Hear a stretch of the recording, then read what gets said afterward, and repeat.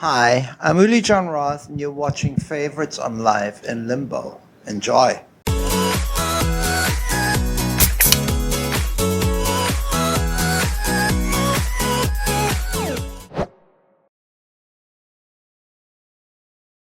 Well, my favorite fan interaction during a concert would probably be, um, well, actually, there's several. Sometimes during the song, you really feel like everybody's getting into it at the same moment, and that's a special thing.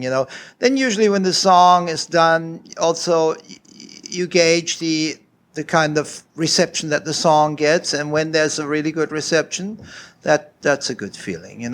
But I also really enjoy the after show meet and greets, because then you like all the real work is done, and you can relax, and it's nice to meet the fans, and take pictures or also hear what they have to say. I've always enjoyed that. My favorite song to perform live, I don't have really. I choose the songs that I like to perform, and um, it depends on the evening. Sometimes one is a little bit more special than the other in the way you're playing it. But no, I don't really have a favorite song to perform. I really can't say that at all. I am using Twitter. I think I've opened Instagram once, but then I'm always too lazy to post. So I'm Instagram. I haven't done Twitter. In the beginning, I used to do more. I found it a little bit challenging to do the 140 characters, and I get relatively good at it, and then it just got on my nerves because it's just not enough to say what I want to say. I always find I want to say at least 3 or 4 words more, and to have this imposition to me, it's just really it takes the joy out of it. So yes, I'll follow what's happening regarding the tweets of my fans or so, and I'll retweet them once a day. That's pretty much as far as it goes. And yes, I am following various people, but most of the time I don't really have any time to look at the feed. So I get I get that out of the way very quickly. And Facebook is unfortunately very much the same. I think Facebook has a great place when it comes to families and stuff like that. It really works. But for me as an artist, it's a mixed blessing. I don't really know if it's a blessing at all.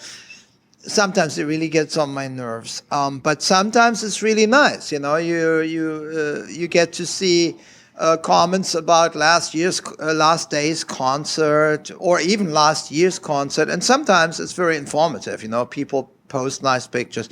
I like that aspect of it, but very often when I'm at the computer, I'm strapped for time because we're constantly traveling. Very often there's no Wi-Fi, and then I just tend to click and very, very quickly. And so I don't even fully understand Facebook. There's so many buttons and so many things. I have a feeling it's more like for kids and stuff like that. If it was for me, I would set it up completely differently, but they don't really allow that. They do the one and for all solution, which, yeah, I don't know.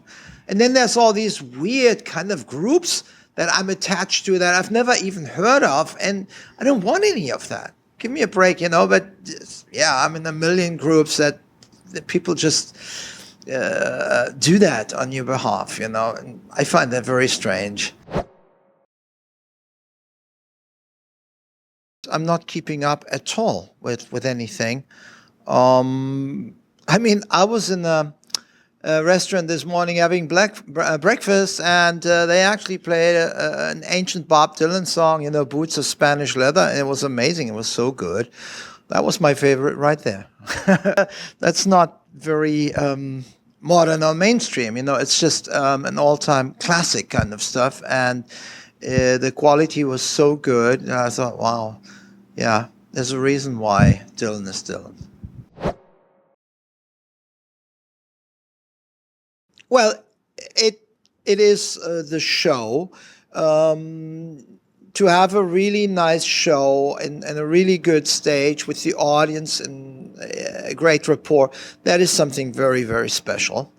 I like that. And meeting all the different audiences all over the world, that's also great because I like to travel. At the moment, I'm also enjoying our pre-show acoustic sets because we're getting to do things that we normally don't do. So I'm effectively almost playing like 2 shows a night. And yeah, and I do like the meet and greets afterwards. The relaxed moment of after it's all been said and done. You get to hang out a little. And, yeah. Thinking, praying, just being in a quiet place. And that happens very rarely. I don't get depressed actually ever, luckily, because I don't think depression is a good thing. I remember having had a depression in my 20s once. It lasted a couple of months. It was awful. I understand what these people are going through. I really didn't like it at all, and there's not much you can do about it. Ever since then, I thought to myself, no, this is not a good place to be. I have the power over my own mind to throw out like thoughts like that, when and if they arrive, and say I'm staying on the positive, even when there's like pressures, and I've kind of trained myself to deal with pressures, and in my business you get an awful lot of pressure from all sorts of sides, and you need to cope with it. And the last thing I can afford is to crumble under pressure and suddenly get depressed, because then everything goes to haywire. So, yeah, to go back to your question, if I'm in not such a good mood, then I will look at the reason why I'm not in a good mood, and I will try to do something about it. Sometimes maybe you can't, sometimes you just need to go with the flow of things, We're not machines. But most of the time I'm in a good mood. I'm very, very lucky in that way. Oh boy, you are asking questions. No, there are several. I can't really. There are some that had a very important meaning for me, for my personal career, so to speak, like Sun Plaza Hall in Japan, where we recorded Tokyo Tapes, was certainly like a springboard, and I've returned there several times. In America, there were also a few. I love the House of Blues in Chicago. It's a fabulous venue. And there are various ones in Europe, that I really enjoy playing. In England, there's one called Manchester Apollo. It's one of the circuit that all the bands are playing, and I've always had good shows there, almost always. So yeah. So I don't have one single favorite, at least not yet, but I have several. And there's like one in each country. Canada, I have not played often enough yet. I've really only Toronto. I've only done the Rock Pile, which is good, and the Mod Club. And I do like the Mod Club. Nice stage, nice venue, nice sound. So I also enjoyed the place we played at in Vancouver, and in Montreal we were in a nice theater called Le National. That was also good, But yeah, my track record in Canada is unfortunately not like in the States. I've played very, very often in the States, but in Canada I'm still relatively a novice. It's only in the last few years that I've returned it again and again.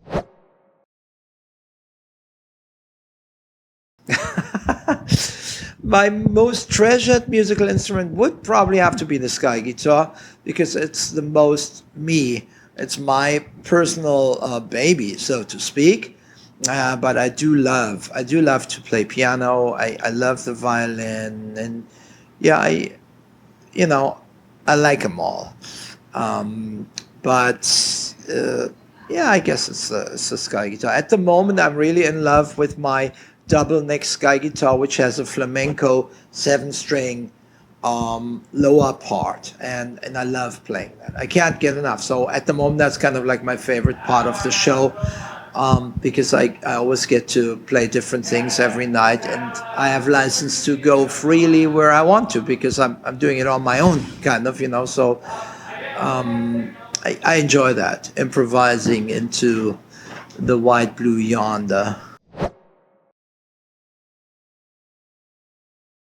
Who came up with all these questions? It was a collaboration. I'm making you think a little bit. What is, yeah, yeah, yeah. At first you said these are easy answers. So I expected, why did you leave the Scorpions? And now you're asking all these questions that make me think. I'd like to think that there were quite a few. And I see them as high moments or high points or almost like lights on the path, you know, like brightly lit rooms or brightly lit memories. And I cannot really pick out one single one. Perhaps the very first time I played with a very big orchestra, and that was in 1993, because that was such a big challenge. It was a 3-hour show, and I had to write all the music and perform, and there were 100 people on stage, and that was kind of like a watershed. And at that moment, that was something that was like the ultimate challenge, and I thrive on challenges.